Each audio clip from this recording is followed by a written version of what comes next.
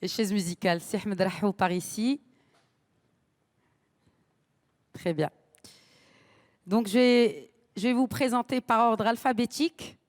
Je vais commencer par le président directeur général de Marjan Holding, Ayoub Azami. Il a occupé dans le passé des postes, bien sûr, de responsabilité en tant que directeur général de Lafarge en Arabie Saoudite ou encore directeur général de la Sonacide.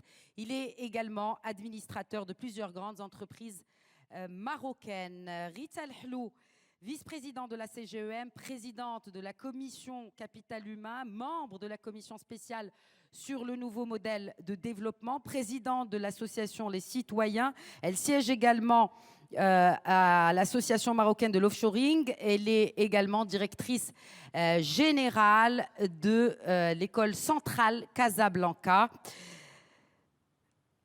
Mon troisième panéliste, Kamal Moukdad, directeur général de la Banque centrale populaire Maroc, président du conseil d'administration de la Bourse de Casablanca. Il est également administrateur de plusieurs établissements financiers au Maroc, en Europe et en Afrique subsaharienne. C'est un spécialiste de l'Afrique, donc ce serait intéressant aussi d'avoir une idée sur les benchmarks, mais aussi sur les best practices au Maroc comme dans son continent africain. C'est Ahmed Rahou, last but by no means least, président du Conseil de la concurrence, mais il a aussi occupé des postes stratégiques dans le privé. Il a notamment en tant que président directeur général de l'Essure Cristal, président directeur général de CIH Bank. Il a également occupé le poste d'ambassadeur du Royaume du Maroc auprès de l'Union européenne. Donc nous allons entrer dans le vif du sujet. Rita Al-Hlou, vous étiez membre de cette commission spéciale sur le nouveau modèle de développement. Alors j'aimerais commencer par vous poser, en fait, pas une question, mais peut-être vous interpeller sur le diagnostic que l'on peut faire sur la base de cette étude empirique, mais aussi qui a été... C'est la première fois que nous avons un rapport qui réunit aussi les réalités du terrain, parce que ça a été fait avec une approche participative. Où en est le Maroc digital? Où en est cette nation digitale, Rita Al-Hlou? Je ne sais pas si le micro marche. Il marche.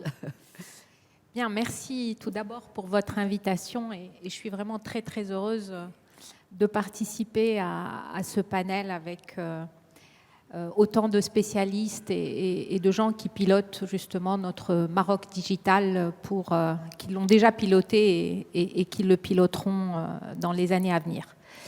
Alors effectivement, l'axe digital, comme je crois tout le monde l'a en tête, dans le nouveau modèle, constitue un des 3 axes transversaux majeurs pour quasiment être capable de pouvoir emmener à bon port les grands axes du modèle. Donc, je rappelle capital humain, économie inclusive, territoire et inclusion.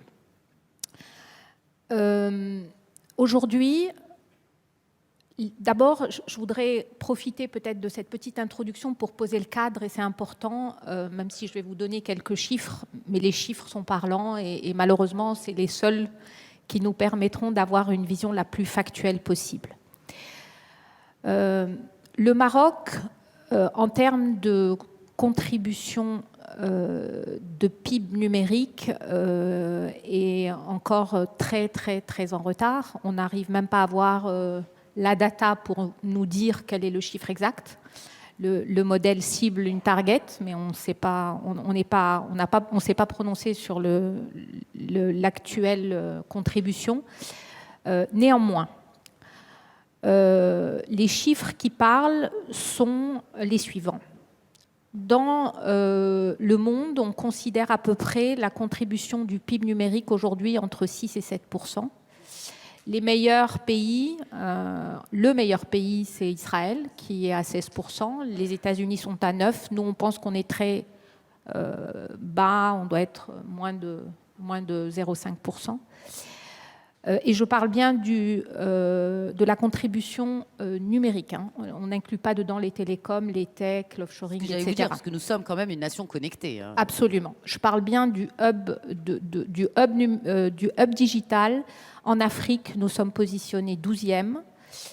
Et puis, je vais vous donner un dernier chiffre qui est très important pour marquer sur le financement des startups et donc tout l'écosystème qui contribue au développement de l'économie numérique.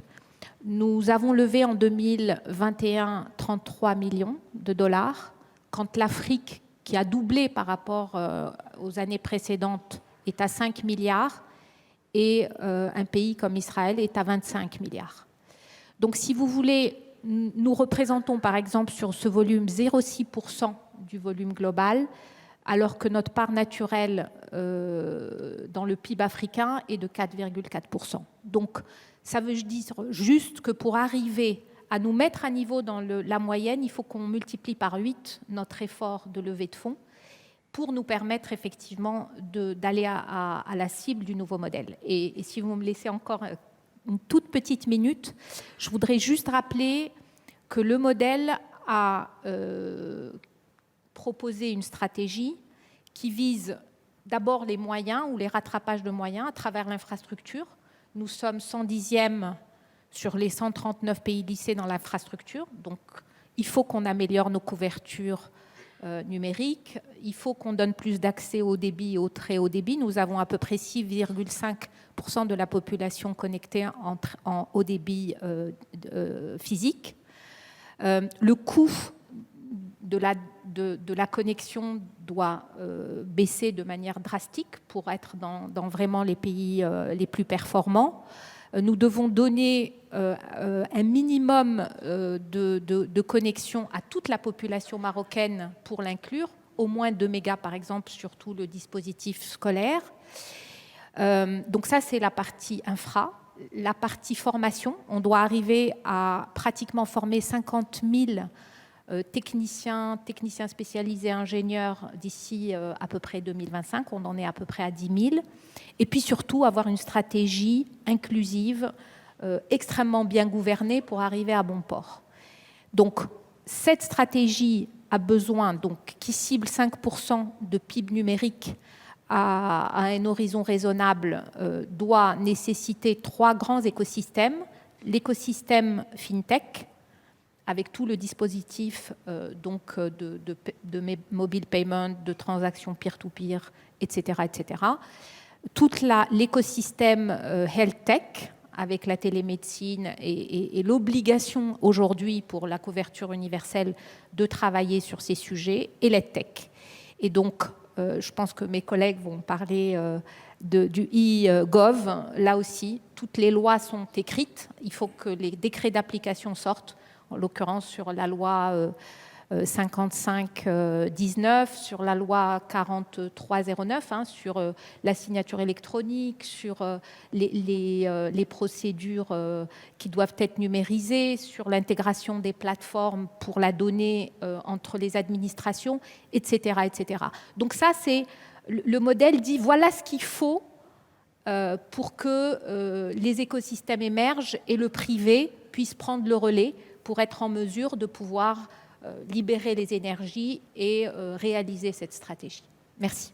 Merci Rita Flou.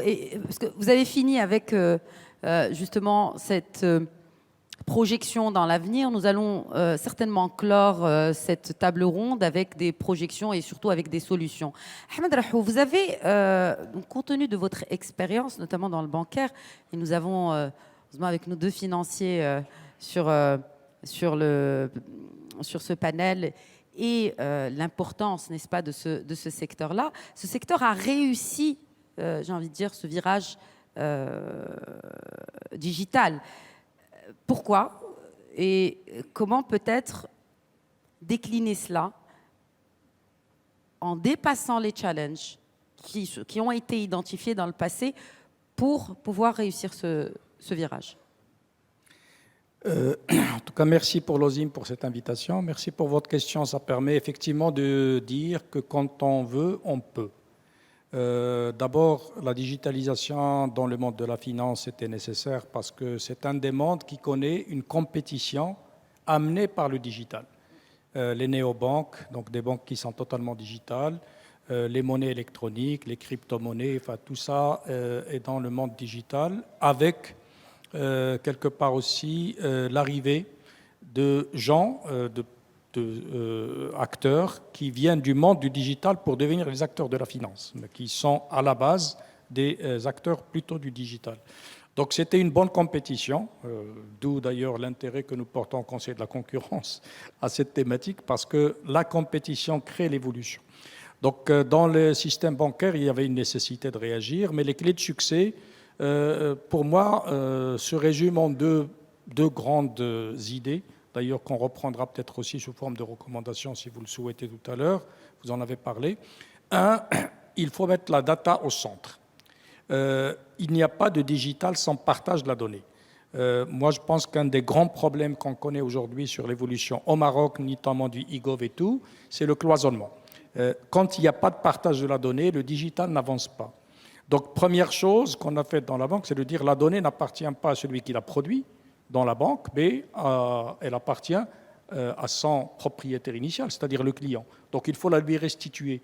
Et la meilleure façon, c'est de la mettre dans un appareil qu'il a tous les jours chez lui, c'est-à-dire son smartphone.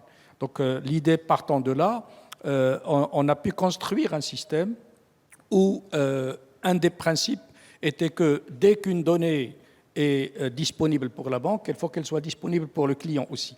Et ça change beaucoup la donne dans la conception même des systèmes et des procédures. Deuxième élément fort, de dire attention, toute grande structure, elle sait ce qu'elle veut, elle sait où elle veut aller, mais n'a pas toujours l'agilité pour faire des choses. Les idées ne sont pas toujours internes. Or, le monde digital a cette caractéristique, c'est que les bonnes idées sont un peu partout, et souvent dans des structures microscopiques, des startups, des gens. Et donc l'idée, c'est de dire, on ne va pas faire, on va faire. On sait ce qu'on veut, mais on va se reposer sur des startups, on va se reposer sur des idées venant de l'extérieur, et on a créé un écosystème qui permet en fait de profiter très rapidement et de créer à l'intérieur d'une structure qui par essence est plutôt lourde, plutôt statique, de l'agilité, mais de l'agilité amenée par l'extérieur. Donc moi je pense que ces deux éléments, de mettre la data au centre de la réflexion, alors au centre veut dire que toute donnée doit être visible, partagée. À partir de là, il n'y a plus de cloisonnement, donc ça permet de fabriquer des systèmes relativement rapides et d'amener de l'agilité par une bonne interaction entre ce que peuvent amener des jeunes startups, ce que peuvent amener la technologie elle-même. Il y a des applications qui existent, les open source, les solutions qui sont là, dont on se méfie parfois, mais à mon avis, il faut franchir ce pas, et qui permettent très rapidement d'évoluer. Donc, introduire la nouveauté par l'extérieur à travers le digital, ces deux critères ont permis d'avancer assez vite. Bien, je vous vois acquiescer, Kamal Moukdad. On va faire un use case, j'ai envie de dire, de la BCP. Parlons d'abord des success stories. Donc, dans cette transformation digitale que la Banque centrale populaire a entamée déjà il y a quelques années, mais aussi des défis qui restent à surmonter pour ce secteur névralgique, comme l'a rappelé à juste titre Ahmed Rahou, qu'est la finance.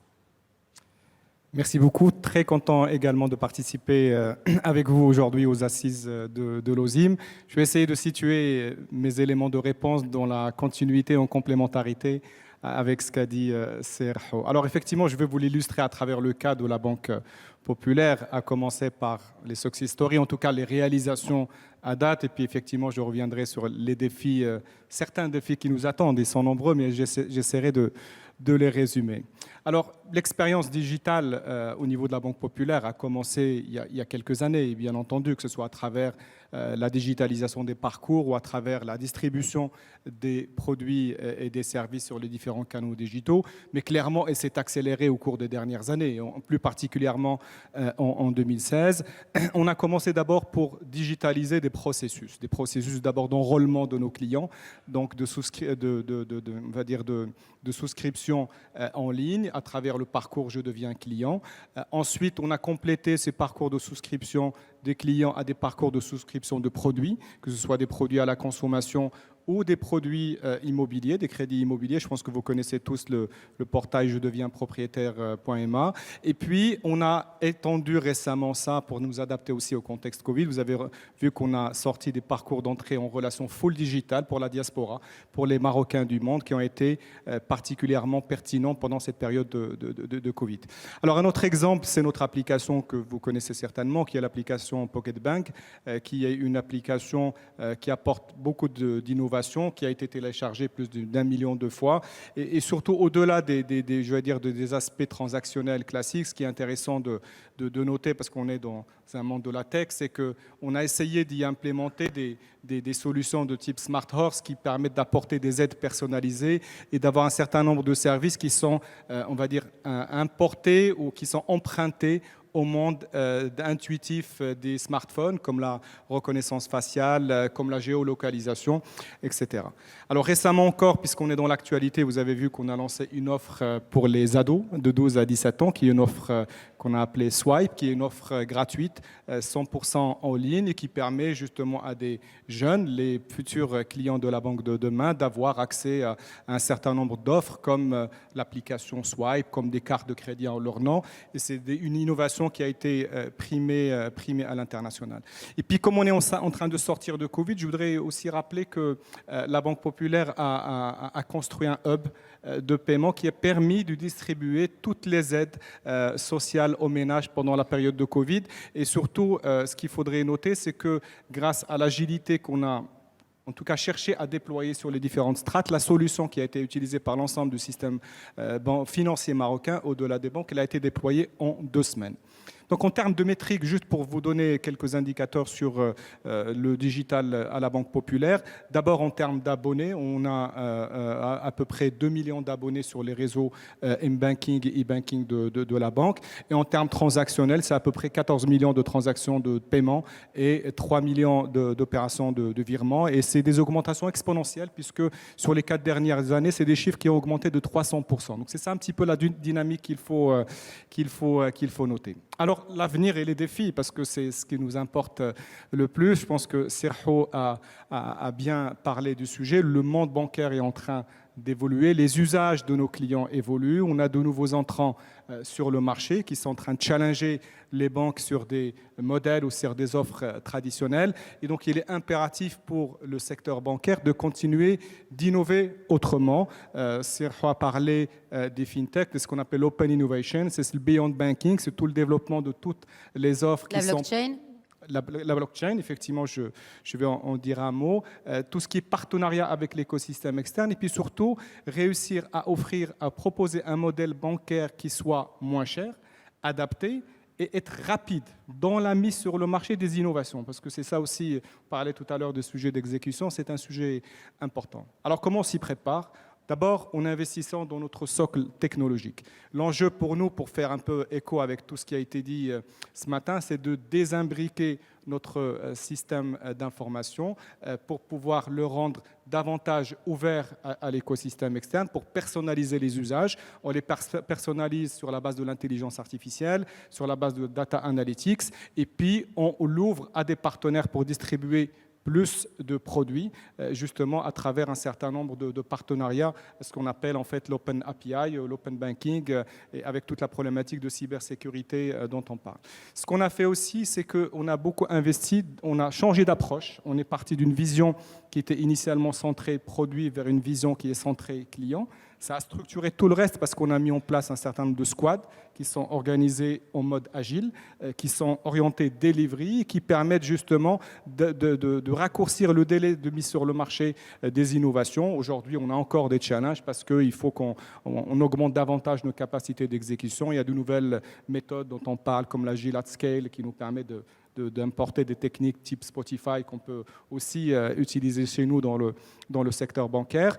On a robotisé nos processus. Aujourd'hui, on a une 30aine de robots qui sont opérationnels pour le traitement de nos opérations sur des activités phares, type les opérations de trade, de commerce international, les opérations de crédit. On a investi dans la blockchain. Je pense que vous avez vu que cet été, on a fait une émission obligataire dans notre filiale Maroc Leasing qui a été faite selon la technologie blockchain.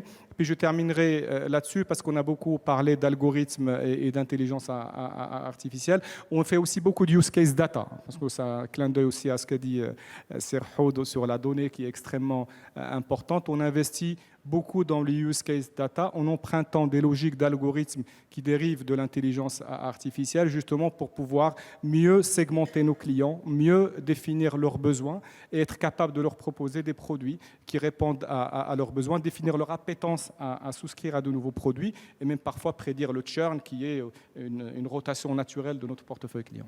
Voilà.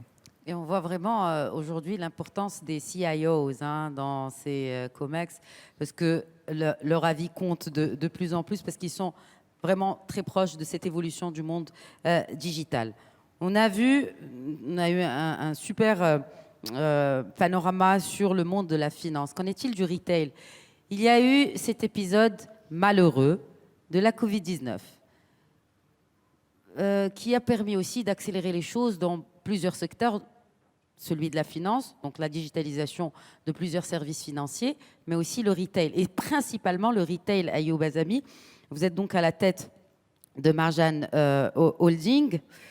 L'activité du digital dans le retail, comment déjà se sont transformés, les métiers plutôt, et aussi le core business? Oui, merci. Merci pour cette opportunité. Alors c'est vrai que le retail a connu récemment, mais pas que, mais c'est vrai que récemment a connu une accélération de cet impératif du digital, dans le sens où être capable de faire son métier à distance avec des réseaux physiques qui étaient bloqués pendant une période de crise sanitaire, ça a obligé les gens à trouver des solutions. Mais ceci dit, depuis un certain temps, ce secteur-là est en pleine mutation du fait du digital et du fait de ce que procure aujourd'hui comme possibilité tout ce que nous avons comme puissance de calcul, comme capacité à profiler et à personnaliser le marketing. C'est une révolution dans le digital. Et comme le citait M. Alhaoui tout à l'heure, nous voyons aujourd'hui des phénomènes qui peuvent interpeller de manière sérieuse, on va dire, des retailers historiques classiques. Nous avons vu et nous voyons aujourd'hui des opérateurs purs digitaux qui agissent en transversal avec une capacité tech importante qui leur permet de fédérer et d'agréger massivement des clients et des fournisseurs en se positionnant sur un business model d'intermédiation. On n'est plus dans l'achat-revente, on est ce que fait Amazon, typiquement. Amazon n'achète pas ses produits pour les vendre. Amazon met en relation un client et un vendeur, ce qui lui donne une puissance extraordinaire en termes de non seulement compétitivité, puisque ça agrège tout ce qui peut être compétitif dans le monde, et en même temps en termes d'offres. Et le mouvement le plus pernicieux que nous observons aujourd'hui, c'est que ces différents acteurs, du fait qu'ils ont une maîtrise de la data, et du fait qu'ils sont capables d'aller adresser de manière personnalisée un client, parce qu'ils savent qui il est, ils savent quel est son profil, ce dont il a besoin, sont aujourd'hui, de manière presque naturelle, en train de se dire, mais est-ce qu'on a besoin de ces retailers physiques sur lesquels on s'appuie? Et donc on voit de l'intégration verticale sur ces opérateurs qui sont des opérateurs transversaux. Aujourd'hui, vous regardez, il y a un opérateur qui d'ailleurs est très actif au Maroc, je ne citerai pas le nom, mais si je vous dis que ces opérateurs sillonnent les rues de Casablanca et d'autres villes marocaines avec des casques jaunes, je pense que vous devinez de qui il s'agit. Et ce même opérateur, qui est un opérateur espagnol, a truffé par exemple la ville de Madrid de Dark Kitchen. Ce qu'on appelle les Dark Kitchen, c'est qu'ayant la data, sachant ce que consomment les gens, il s'est dit, mais et venant de la restauration, lui, son business, son core business, c'est de faire du quick commerce en vendant, en faisant de la restauration, de l'intermédiation dans de la restauration. Il s'est dit, mais je n'ai plus besoin de restaurateurs. Et la ville de Madrid aujourd'hui est truffée de Dark Kitchen qui appartiennent à cet opérateur-là, qui finalement, ayant la connaissance data, se dit, mais je suis capable, moi, de fabriquer ces produits. Alors là, non seulement il les fabrique, ce qui est encore un peu plus compliqué, mais quand ces produits, comme nous, retailers classiques, on va dire, que nous ne fabriquons même pas et qui sont disponibles sur le marché, il y a aussi les intégrations de ces différents opérateurs avec des dark stores qui leur permettent de livrer, puisqu'ils ont la connaissance du client, et puisqu'ils peuvent adresser de manière personnalisée les clients, qui leur permettent de livrer les clients, donc de prendre des parts de marché. Et donc à partir de là, stratégiquement, non seulement ça interpelle, mais ça demande réponse. Voilà. Ça demande réponse et ça interroge sur la capacité de retailers classiques, comme nous sommes, à pouvoir, s'intégrer de manière plus transversale, en synergie avec un canal digital, évidemment, mais non seulement ceci, mais aller, comme font ces gens-là en s'intégrant verticalement, aller dans une intégration transversale, c'est-à-dire pouvoir aussi avoir des super apps qui vont pouvoir intégrer du flux divers et pouvoir faire de l'intermédiation pour agréger au maximum, parce que ceux qui gagneront sont ceux qui arriveront à être la référence dans chacun de vos smartphones et de nos smartphones. On n'aura pas demain, chacun de nous, 40 applications dans nos smartphones. Une pour commander la pizza, une pour commander la boîte de conserve, et une pour commander autre chose. On en aura une et une seule. Celui qui gagnera est celui qui aura la capacité à pouvoir agréger un maximum d'offres et de flux. Alors, une fois qu'on a dit ça, la data est au centre. Parce que pour pouvoir faire ça, il faut pouvoir non seulement collecter cette data, pouvoir avoir la capacité finalement à la structurer, à la qualifier, parce qu'il faut qu'elle soit de qualité cette data, sinon au bout du compte, on obtient des choses qui sont aussi déformées, et avoir la capacité de la leverager au sens marketing du terme. Voilà. Bon, les retailers classiques, contrairement à ce qu'on a pu entendre dans les domaines financiers, par exemple, ou bancaires en tout cas, si je peux me permettre, ont une difficulté historique supplémentaire, dans le sens où, chez un retailer classique, la notion de client n'est pas native.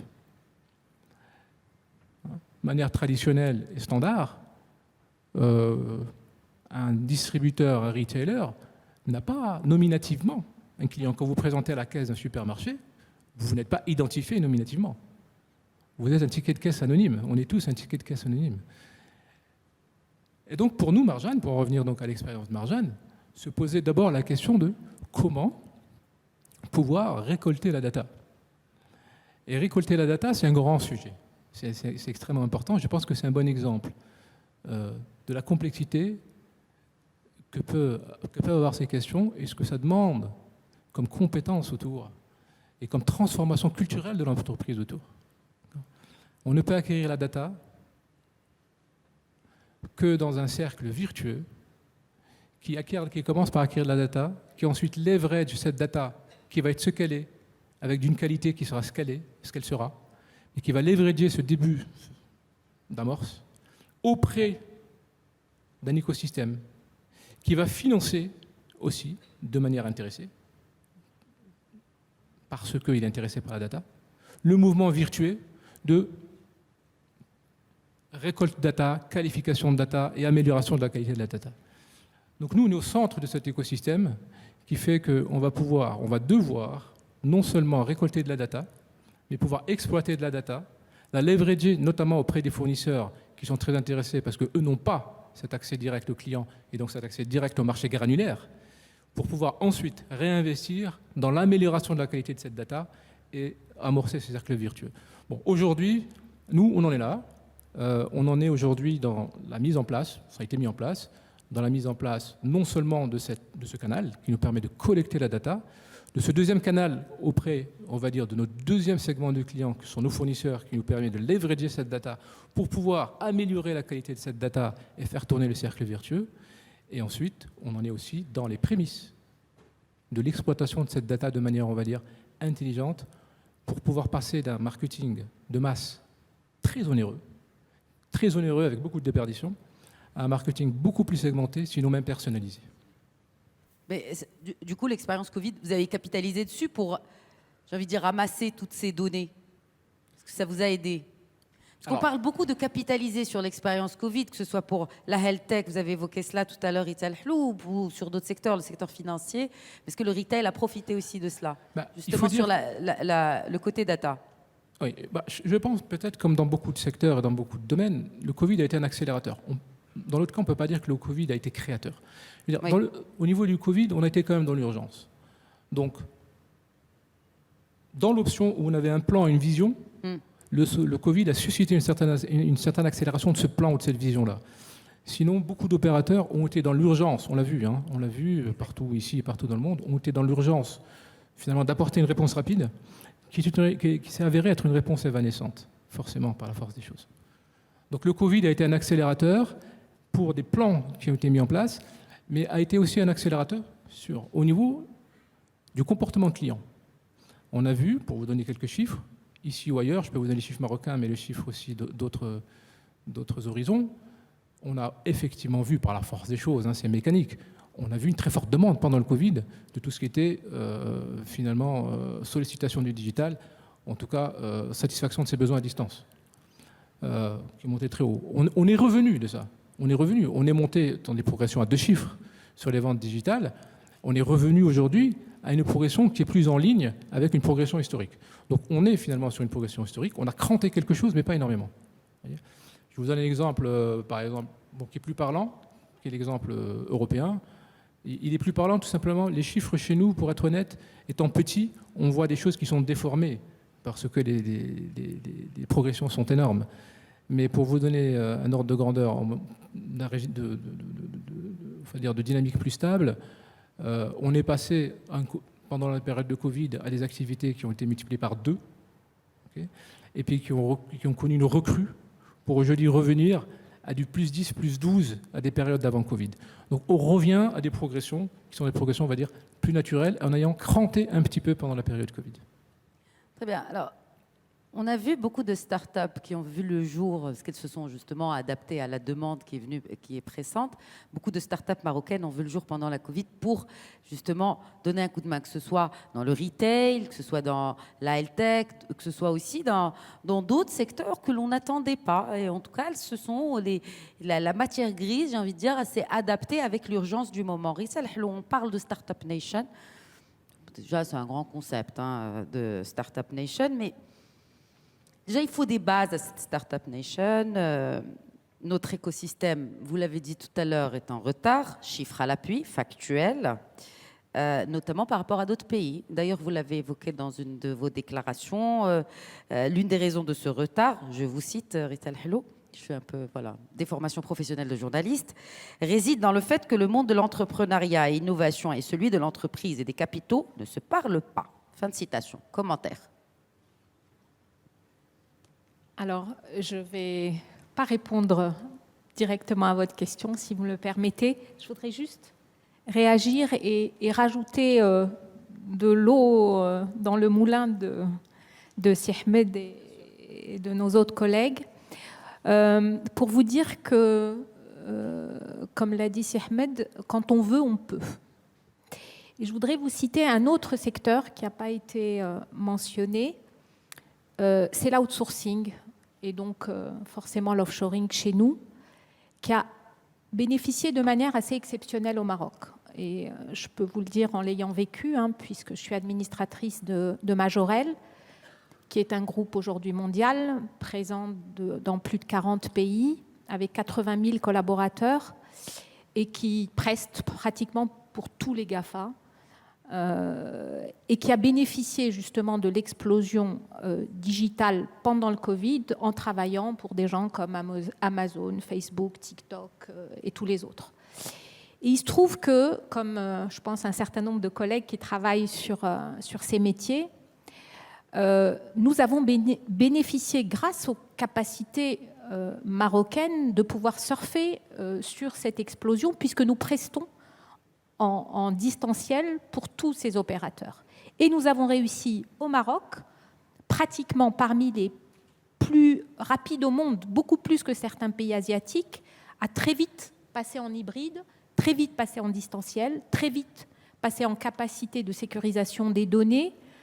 Et donc on a démontré qu'on pouvait le faire, et aujourd'hui un pays comme Israël qui travaillait avec l'Ukraine sur toute la partie coding et prestations dans le monde des startups cherche, on a très régulièrement à la CGEM des groupes israéliens, formateurs ou prestataires qui nous disent « Est-ce que vous pouvez nous remplacer, par exemple, l'Ukraine ?»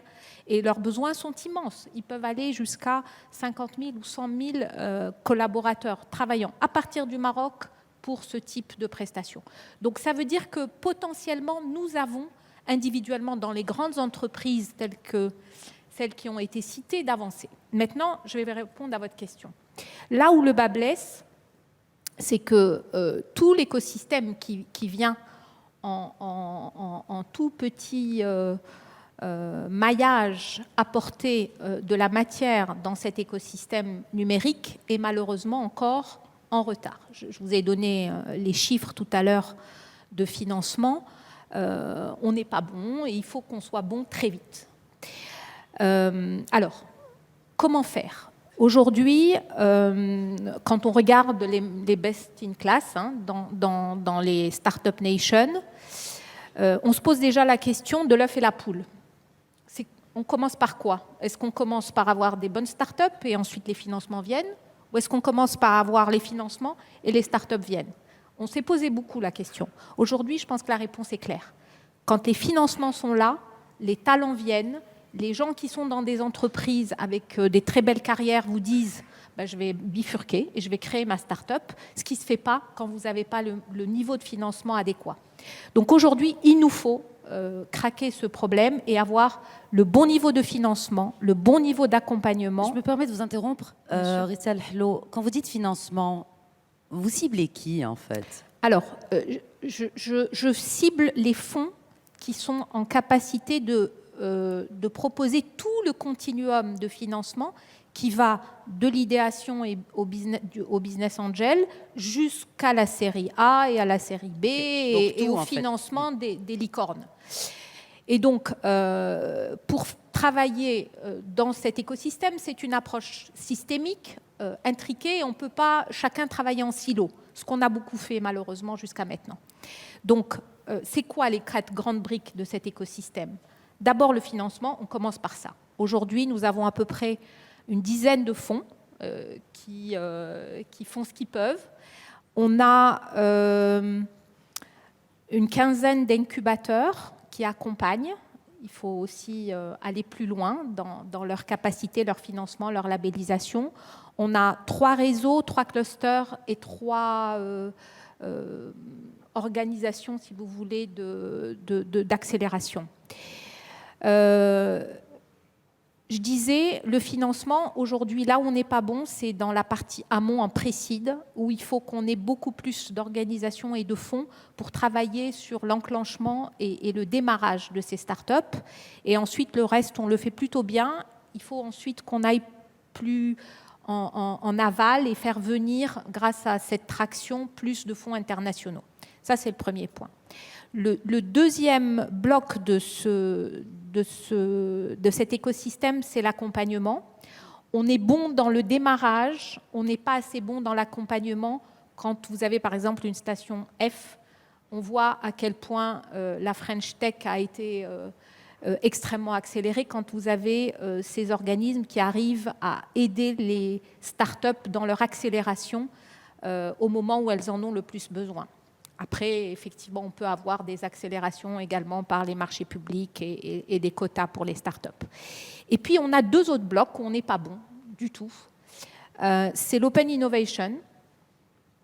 Mes collègues en ont parlé parce que c'est des grandes entreprises et ils savent travailler en Open Innovation. Toute la PME ou la middle entreprise est très, très démunie aujourd'hui. Par exemple, quand on travaille au niveau de l'école centrale avec l'Institut d'Open Innovation du groupement des écoles centrales, il y a des méthodes. Aujourd'hui, eux ont une capacité, par exemple, à fournir de la data du monde entier, des startups du monde entier, à des entreprises qui sont dans un dispositif mature d'Open Innovation. Malheureusement, on a très peu d'accompagnateurs sur ces sujets au Maroc. Et puis, le dernier gros bloc, je ne vais pas vous étonner, je pense que vous l'avez deviné, c'est les talents et la formation. On est encore très en silo, on n'a pas encore une capacité à former des milliers, ce que nous avons proposé dans le nouveau modèle. Il faut qu'on soit à 50 000. Aujourd'hui, on a beaucoup de gens qui sont au Maroc en train de prospecter pour faire ces formations type École 42 ou 1337 qui existent au Maroc. En 6 mois, vous arrivez à avoir des talents qui n'ont pas besoin de diplôme amont, mais qui arrivent à rentrer dans ce dispositif. Et donc, pour conclure, au-delà de ces 4 blocs qui doivent travailler en synergie dans une bonne gouvernance, nous devons avoir des door openers. Et on les a cités tout à l'heure. Il faut que la FinTech s'enclenche. Il faut que les banques travaillent de concert. Il faut qu'on ait des sandboxing. Aujourd'hui, ce dont on se rend compte, c'est que quand on demande un changement législatif, on a beaucoup de mal à y arriver. Par contre, quand on a une expérience, type en e-commerce, certaines startups arrivent à obtenir des choses, mais parce qu'elles ont craqué, elles sont osées, elles sont arrivées en démontrant sur des POC des sujets à arriver à leur fin. Et puis, il faut que l'État travaille également sur les grandes mesures, par exemple fiscales. Il faut qu'on ait les mécanismes, par exemple, d'initiative type stock option qu'on n'a pas. Il faut les méthodes de flexibilité de capitaux, comme les bons de souscription actions pour faire venir les fonds et investir. Il faut toute cette série, et puis la e-gouvernance, en tout cas, et le e-gouvernement qui doit donner aussi énormément d'énergie et de marché à ces startups pour ce faire. Donc, en conclusion, il faut que tout ça avance et avance en ordre de bataille et de manière organisée. Donc, c'est vrai que l'État a son rôle et a un rôle majeur, mais il faut aussi que toutes les associations parlent d'une même voix, il faut que les grandes entreprises aident les plus petites entreprises, et c'est vraiment cette approche systémique et complète qu'il nous faut pour être, et pour terminer, nous ressemblons beaucoup à Israël, parce que sur le retour d'expérience aujourd'hui, nous sommes un pays qui est plutôt en deep tech, et en B2B, pour les startups, parce que nous n'avons pas un marché intérieur suffisamment important pour vraiment exploser. Il faut vraiment qu'on suive ce modèle et qu'on arrive à l'agréger et le démultiplier en termes de success story qui donneront de l'envie et du besoin pour tous les autres. Et qui donneront aussi envie de faire partie. Oui, on peut l'applaudir. Qui donne envie d'applaudir en tout cas, et qui donne envie aussi de devenir cette Digital Nation, parce que c'est aujourd'hui, et je le disais en introduction, c'est une sorte de think tank que nous sommes en train d'expérimenter, dans le sens où il y a des idées et puis surtout des solutions qui peuvent être, ou des leviers qui peuvent être déclenchés ou enclenchés. Ahmed Rahou, ce rôle du secteur public, il est central, parce qu'il ne suffit pas de financer, n'est-ce pas? Et quand on parle d'accompagnement, il ne suffit pas d'accompagner, mais l'accompagnement, il est aussi législatif, il est aussi public. Comment aujourd'hui l'État peut jouer son rôle de fédérateur et aussi d'accompagnateur à la digitalisation de cette nation? C'est très important. L'État n'est pas un acteur parmi d'autres, c'est un acteur majeur de ce changement. Ça a été évoqué, l'aspect fiscal, etc. Donc il faut créer un environnement favorable.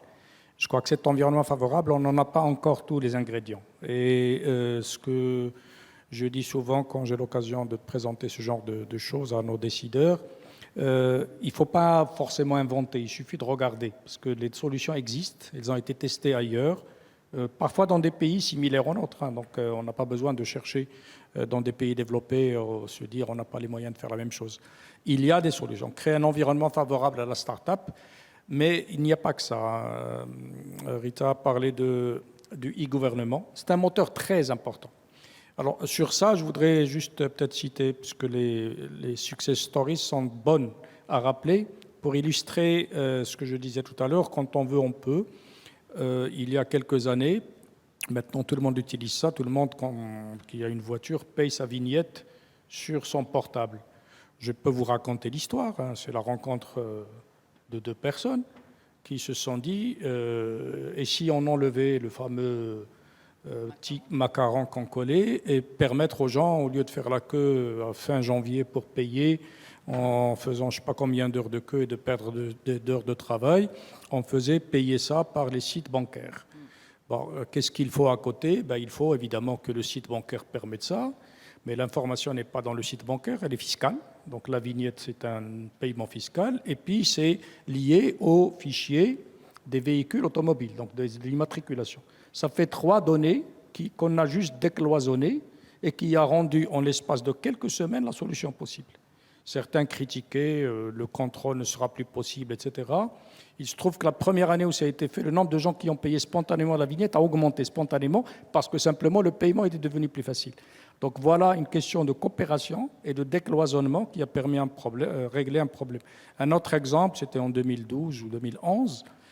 Si vous vous rappelez à l'époque, les cartes bancaires marocaines, il était écrit dessus « valide en Lyon, Morocco ». Pourquoi? Tout simplement parce que quand vous êtes à l'étranger, la carte, quand vous l'utilisez, elle consulte votre solde, ce qu'on sait faire même à l'étranger. Mais quand on est à l'étranger en tant que Marocain, on ne peut pas dépenser son argent comme on veut puisqu'on est limité par une dotation. Qu'à cela ne tienne, la banque et l'office d'échange se sont dit, après tout, cette donnée qui est la dotation, c'est une donnée comme une autre, comme le solde.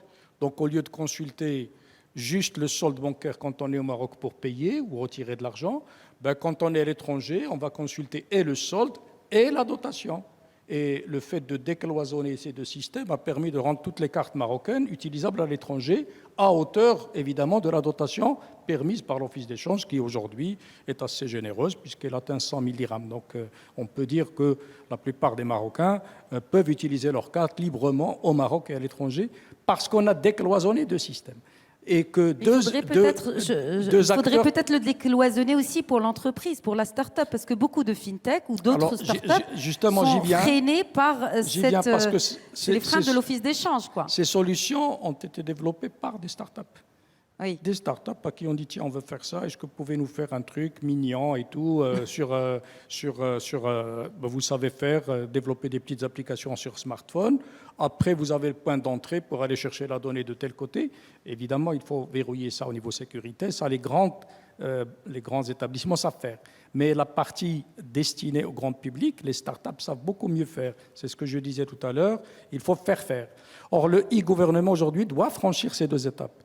Il faut que l'administration, à mon avis, arrête de vouloir développer ces solutions. Je crois qu'il y a un champ énorme pour développer une expertise externe et simplement verrouiller le système de façon sécuritaire, etc., pour que la donnée ne soit pas, évidemment, manipulée d'une façon illicite.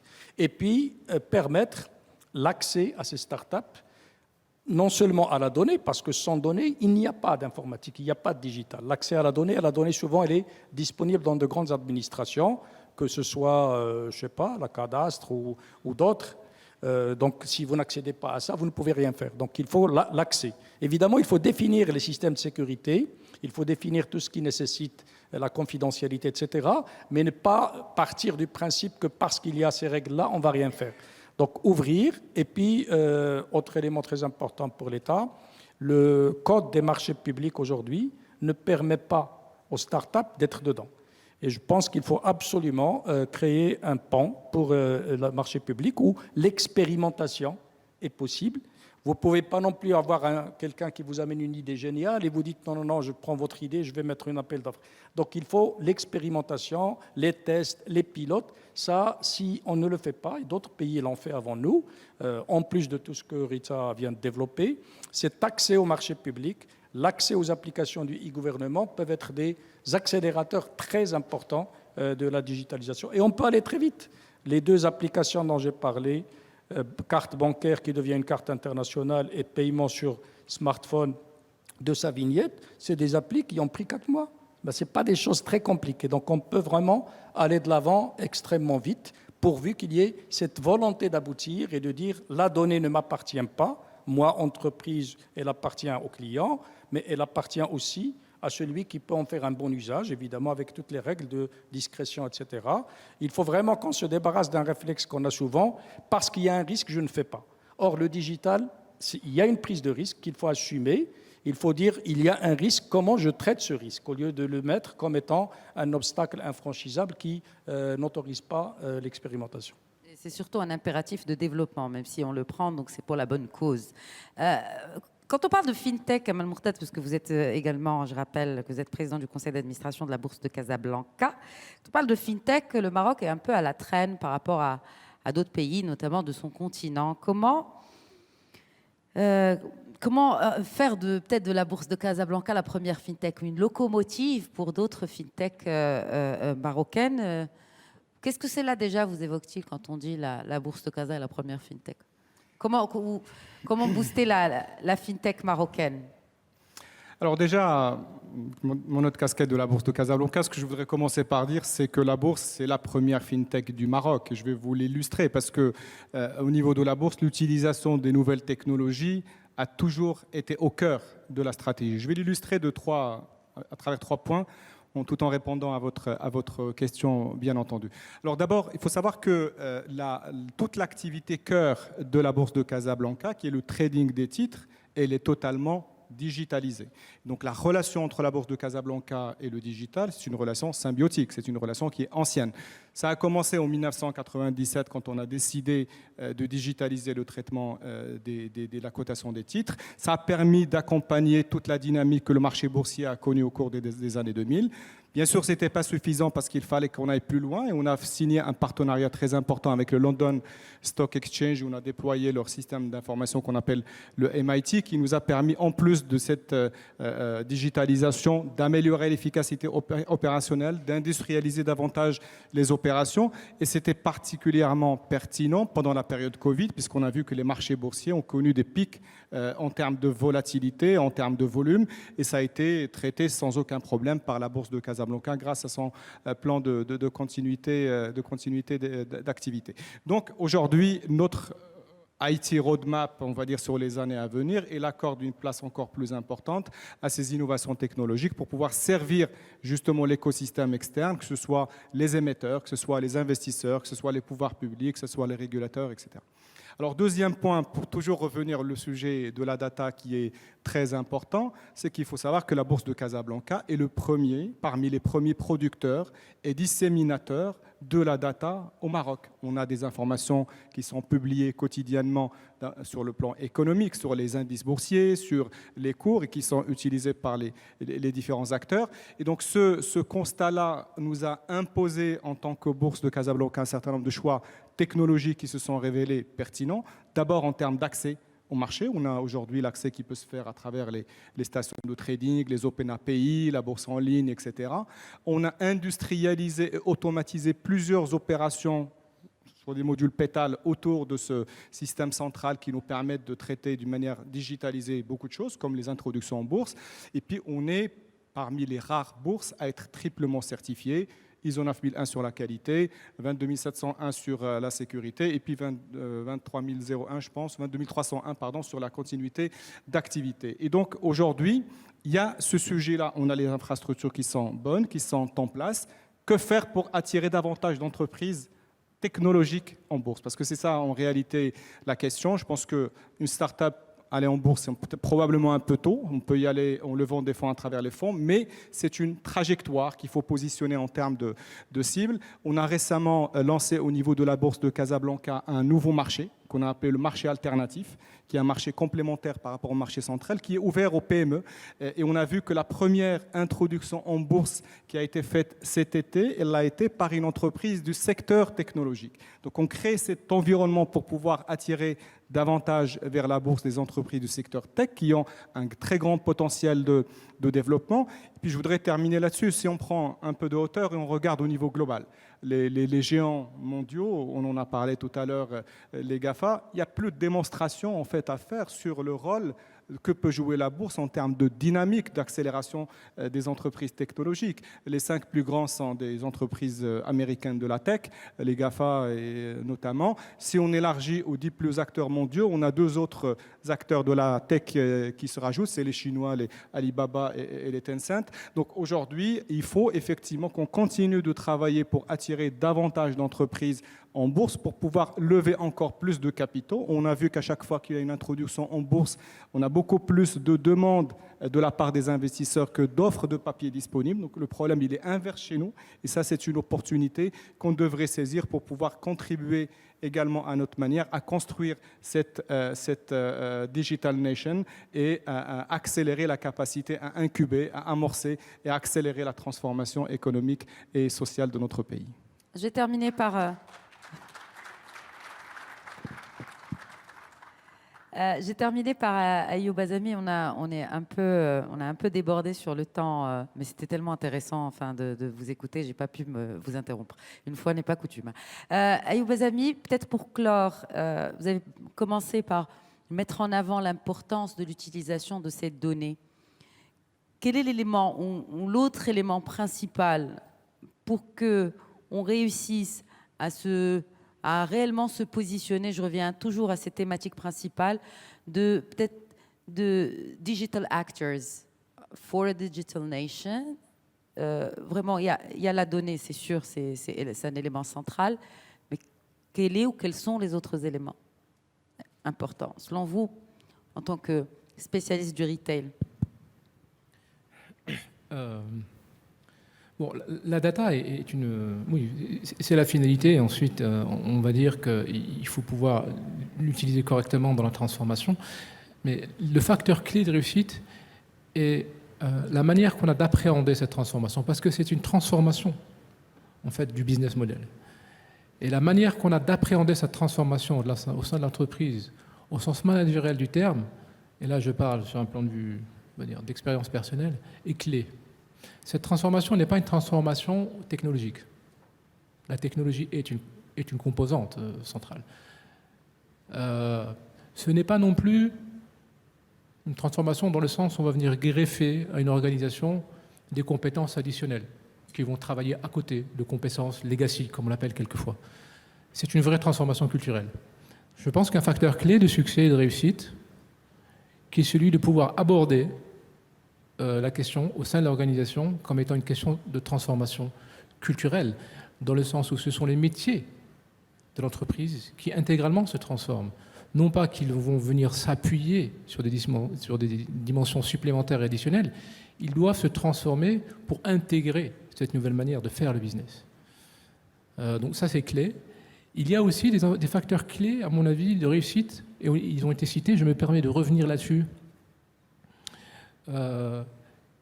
Pour des acteurs du type celui que je représente, cette transformation est importante, elle prend du temps. Elle prend du temps qu'on ne maîtrise pas forcément, parce qu'on ne peut pas aller plus vite que la musique et plus vite que le rythme de l'organisation.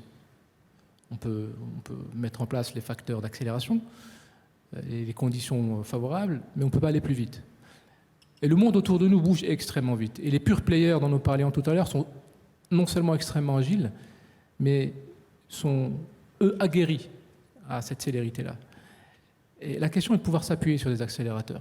La question est de pouvoir s'appuyer et de pouvoir agir en tant qu'intégrateur de différentes briques que l'on peut trouver notamment au niveau de l'écosystème startup. C'est absolument clé dans la course qui se présente à des entreprises comme celle que je représente aujourd'hui.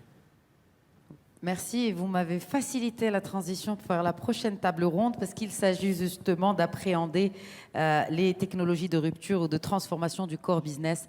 Merci Ahmed Rahou, merci Rita Hello, merci Kamal Moukdad et merci à vous également Ayoub Azami.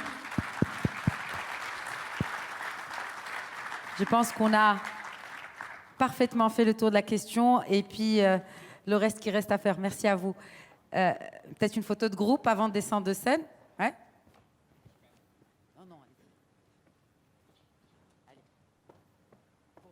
Ne serait-ce que pour la parité. Hein